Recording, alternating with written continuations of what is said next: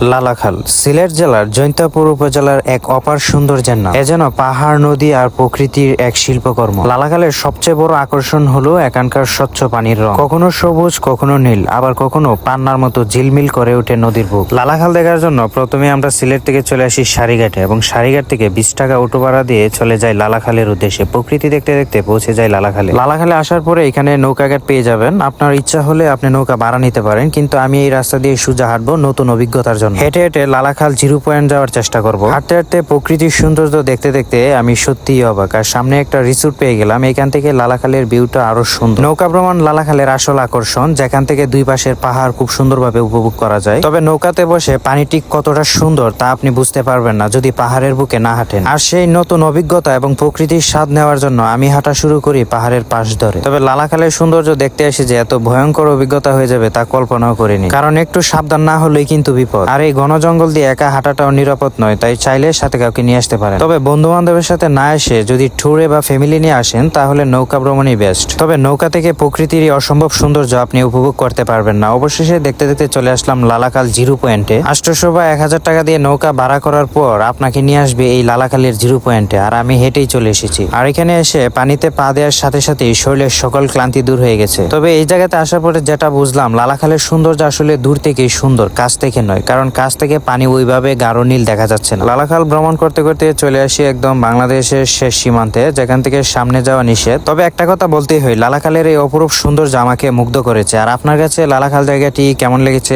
Comment করে জানাবেন। ধন্যবাদ।